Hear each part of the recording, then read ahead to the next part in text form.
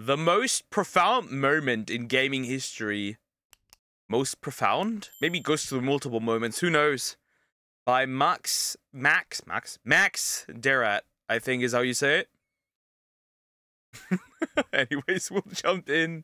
For the past 4 years on this channel, I have made videos on various topics, but by far the most popular form of video I have done centers on video game analysis. What I think made them so popular is that instead of being your usual video game review, I have focused primarily on narrative. Specifically, I have focused on what I believe are the best stories in the video game canon. For 20 odd years, video game narratives have been demonstrating a capacity to confuse, entice. Wait, this guy made an Outlast video that I just recently watched. Yeah. An Outlast lore video. That's why. Or like an Outlast analysis. That's why. That's why he sounds so familiar. Anyways. And emotionally manipulate their audience in the most positive of ways. Most recently, in fact, I have been putting forth the argument that video game narratives have demonstrated such sufficient profundity that they sometimes have matched the greatest stories told in other mediums. To continue our collective celebration of our modern— What the fuck are you? You are ugly as shit. day digital mythology, I would finally like to give full attention to a game which, I would argue, has the most profound moment in gaming history. I refer to the final codec conversation from Metal Gear Solid 2. While I have done several videos on Metal Gear Solid 2 in the past, I have never given full— I've, by the way, never played a Metal Gear Solid game. Never. Actually, I have. On the PlayStation 2. Maybe this is that one. I just played a little bit. I didn't play much. Analytic attention to this specific moment. The main reason why is because somebody has already done so. My all-time favorite YouTube video is titled The Most Profound Moment in Gaming, MGS2 AI Conversation Analysis. Though it was released almost 9 years ago by its creator, Logo Steve, I pondered for a while how I might do a better job than he did. However, given our current cultural context, I believe I have a few other worthwhile things to contribute. The advent of subjects like fake news, the resurgence of rampant political correctness, and our tendency towards online tribalism has imbued this conversation with a much denser— Twitter lynch mob. Die accurate. Hey, it's so accurate. Look at this. This is Twitter. This literally describes Twitter. sense of meaning. To those who consider themselves gamers but have never played a Metal Gear Solid game, you are obligated to at least listen to this final conversation. Not only will you be enlightened by its philosophical commentary, but you will be terrified by its implications. What the fuck? Why is bro's face like this? Why does bro looks like from Outlast now? What is this? As I have been for my entire life. Raiden, are you receiving? We're still here. How's that possible? Wait, what? Yeah, that does sound like AI, in fact. Yeah, that does sound like AI. That does sound like AI. The AI was destroyed. Only GW. Who are you? To begin with, we're not what you'd call human. You look lost. Over the past 200 years, a kind of consciousness formed layer by layer in the crucible of the White House. It's not unlike the way life started in the oceans 4 billion years ago. The White House was our primordial soup, a base of evolution. We are formless. We are the very discipline and morality that Americans invoke so often. So you are, this is a robot yapping right now, but it's self-conscious. That's a problem. Hey, Terminator, right there. How can anyone hope to eliminate us? As long as this nation exists, so will we. Up until the end of the game, the main character Raiden believed he was receiving orders from a man named Colonel Roy Campbell, a man who was also Solid Snake's commander throughout Metal Gear Solid 1. At the end of Metal Gear Solid 2, Raiden learned that his colonel was in fact an artificial intelligence. Interesting. Interesting. Okay. So we got a faker. That's why bro looks like he escaped the mental asylum. Intelligence, manipulating Raiden to perform its political bidding. The bidding in question refers to the AI's desire to control the human race by controlling the spread of information via the press and the internet, but we'll focus on that more in a moment. During the first part of this conversation, the audience learns how this AI came to be, and surprisingly, it is similar to the way human beings as a species came to be. Unlike the origin of human life in the oceans, the AI's quote-unquote life had its basis in American ideas. Tits! Oh no! I know some of you would still say to these four in fact, I'd hit. I know what you are. The AI's quote-unquote life had its basis in American idealism, hence the AI's referencing of the White House as a symbol. In the mind of the AI, their purpose is to push forward American values, things like freedom, equality, and healthy competition. However, Raiden points out what should be an obvious contradiction in the AI's thought process, that the AI wants to take away those freedoms via censorship. Cut the crap! If you're immortal, why would you take away individual freedoms and censor the net? Jack, don't be silly. Don't you know that our plans have your interests, not ours, in mind? What? Jack, listen carefully, like a good boy. Bro was called good boy by an AI. Bro was called good boy by an AI. That's rough, buddy. Not only are the AI about to argue for the ethics of controlling information, but they are going to do so in a very condescending manner. As we move on. Also, kind of like, what was he called? Ultron here. Doing it for humanity's betterment by eradicating humanity. Or, dominating humanity. I suggest that you, the listener, pay attention to how the AI demeans Raiden. Their pomposity is intrinsic to the effectiveness of their future argument. The mapping of the human genome was completed early this century. As a result, the evolutionary log of the human race lay open to us. We started with genetic engineering, and in the end, we succeeded in digitizing life itself. But there are things not covered by genetic information. What do you mean? Human memories, ideas, culture, history. Genes don't contain any record of human history. Is it something that should not be passed on? Should that information be left at the mercy of nature? We've always kept records of our lives, through words, pictures, symbols, from tablets to books. But not all the information was inherited by later generations. A small percentage of the whole was selected and processed, then passed on. Not unlike genes, really. That's what history is, Jack. What the AI is trying to do here is illustrate how genes function similar to how memes function. If genes are, quote, a unit of heredity which is transferred... When I say memes, I refer to the academic definition as units of information. Okay. From a parent to offspring and is held to determine some characteristic of the offspring, then a meme is something like an ethic, a fact, or an opinion that later generations inherit. Like genes, memes are also subject to a process called natural selection. If certain organisms are better adapted to their environment than others, then their genes are passed on to the next generation while others have the potential to die off. Similarly, if certain memes seemingly hold enough meaning or logic, then supposedly they survive better than memes that do not. What distinguishes memes from genes is the nature. For example, the phrase, do unto others as you would have them do unto you, is a meme that has stood the test of time. Why are you ruining the saying for me? Now are you ruining this phrase? Now I know, consider it a meme, it's over. Of the selection process. Genes are more or less subject to the amoral discretion of nature, but memes can be analyzed and weeded out via moral discretion. However, the AI will now illustrate how the natural selection of memes bears a unique problem in the internet age compared to the past few centuries. But in the current digitized world, trivial information is accumulating every second, preserved in all its triteness, never fading, always accessible. Rumors about petty issues, misinterpretations, slander. All this junk data preserved in an unfiltered state, growing at an alarming rate. It will only slow down social progress, reduce the rate of evolution.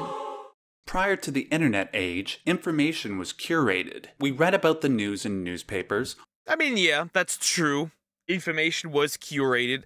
I mean, it's very, very true, right? It's very true. Nowadays, it's not the case, which is a good thing. See, you can't have freedom without the possibility of false information. So, if you want to have unfiltered news, you gotta sacrifice the fact that there will be fake news being spread. That's just how it is. Watched the news on TV, and it was all funneled to us after passing through a, hopefully, professional body. Granted, there was a greater potential for curators such as journalists, editors, and academics to manipulate information to fit their various political biases, but at least there was some form of selection process going on. In the age of the internet, however, information is released so fast that it is impossible to control the discussion. Instead of listening exclusively to reporters, we are left to our own devices to derive what is valuable. Except, unlike the curators in the pre-digital age, the general population does not know how to separate the wheat from the chaff. We will That's true. That's true. Remember the Moist Critical video I reacted to, where a guy basically forced a dude to bury his dog, and people were like based and like celebrating and stuff. Well, here's the thing. Most people just read the headline. They didn't really like look into the what was actually being said, right?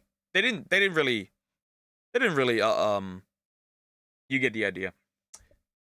And I've noticed that a lot of people just do that, right? Most of us just read a headline, but we don't actually look at what's actually going on there. Or we read a statistic or some survey, and like it says this and that, but then if we look further into it, the statistic or the survey is actually completely trash because it has a lot of faults or flaws. That's just how it is. Focus on small, trivial issues like a celebrity's love life, rather than macro issues, such as the cumulative monetary debt of the Western world. We will only listen to news sources that confirm our pre-existing political leanings, and ignore any challenging voices. If it sounds like I'm engaging in apologetics for censorship, I am not. I would never censor information under any circumstances.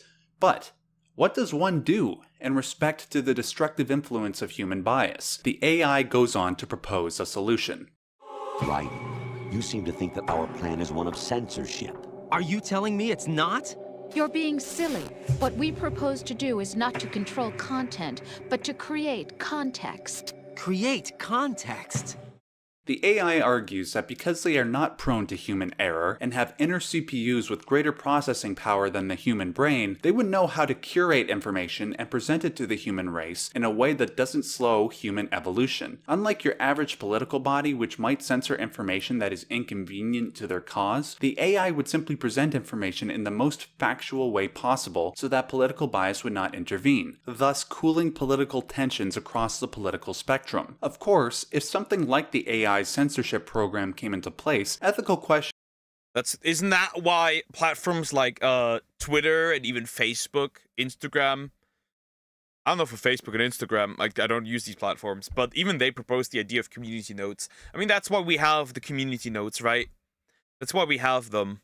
But still, we have them for a reason, to stop misinformation. Now, if the community note is misinformed, that's a slight problem, but that usually does happen sometimes.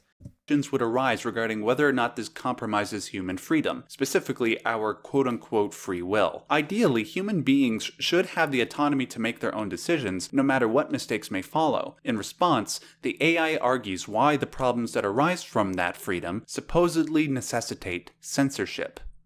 The digital society furthers human flaws and selectively rewards development of convenient half-truths. Just look at the strange juxtapositions of morality around you. Billions spent on new weapons in order to humanely murder other humans. Rights of criminals are given more respect than the privacy of their victims. Although there are people suffering in poverty, huge donations are made to protect endangered species. Everyone grows up being told the same thing. Be nice to other people. but beat out the competition. You're special. Believe in yourself and you will succeed. But it's obvious from the start that only a few can succeed. You exercise your right to freedom, and this is the result. All rhetoric to avoid conflict and protect each other from hurt. Here, the AI illustrates the various ways in which human error corrupts truth. That human error arises from an instinctual drive to protect ourselves emotionally and physically. Echo chamber. Johnny opened the door to the one place he always heard the truth. Yeah. Echo chambers. We have plenty of those.